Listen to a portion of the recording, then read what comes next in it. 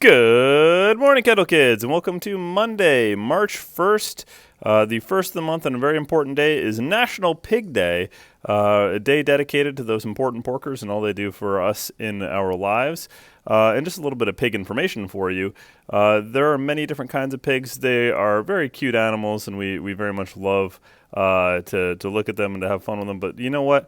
The one that you're going to find on the farm most likely is going to actually be a American Yorkshire pig. Probably not the one you necessarily thought of, but it is a breed of pig that can grow to be really, really large.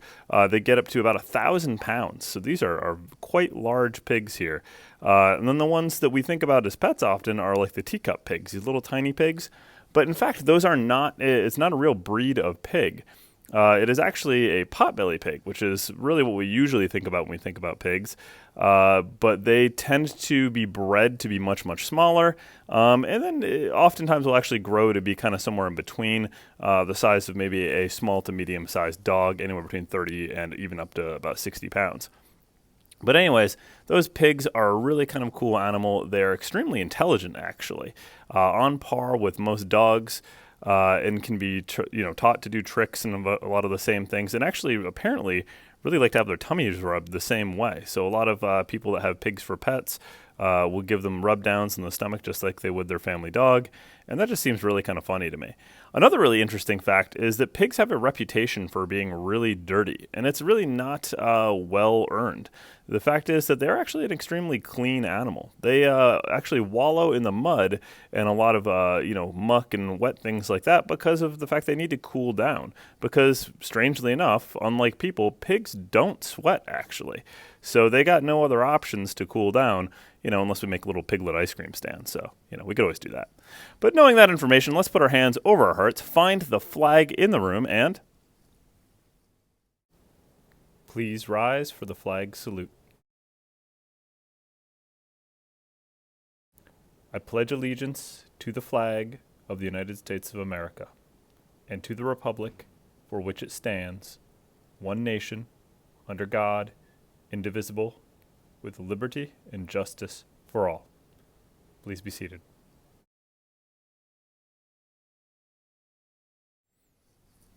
Okay there, Kendall kids. Let's talk about food.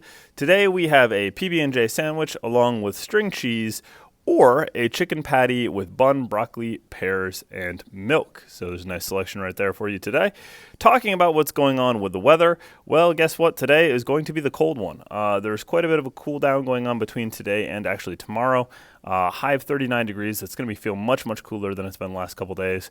And then we are potentially going to see some flurries, a little bit of light snow today. It could switch over to kind of some wet snow / rain, but most likely will actually stay as just a little bit of flurries. Then tomorrow we're looking at much less of a chance of any precipitation, but the temperature is actually going to drop a little bit further. Wednesday we're going to have a warm up all over again, but then we're right back to the cold weather on Thursday and Friday. So it's kind of a yo-yo effect up and down on the temperatures. So just be prepared for that. But it's not going to be as warm as the weekend was. So not quite that same snow melt, but still not really that bad outside. We're going to be getting mainly the sun through the rest of the week.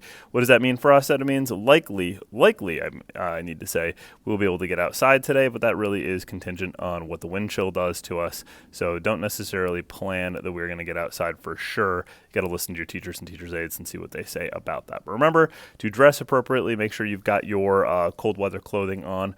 And that you are still wearing your boots, as there's still quite a bit of melt, making it pretty mucky outside. All right, so let's actually, before we get to the Kendall mission statement, I want to mention that we have the winter donation drive, and actually, crazily enough, and really kind of a great note, is that they've already made it to 30% of their goal. That's about a third of the way to the goal. That is really, really impressive. So keep it up, guys. Remember that it is not just canned and non-perishable goods, but it is also coats, hats, snow pants, all that good stuff too. All right, so let's finish up with that Kendall mission statement. The mission of the Kendall Central School District is to provide the knowledge, skills, values, and attitudes needed by students to live responsibly and compete successfully in today's and tomorrow's world. Well, hope you guys have a marvelous Monday, and if I don't get a chance to see you, remember to stay colorful, Kendall.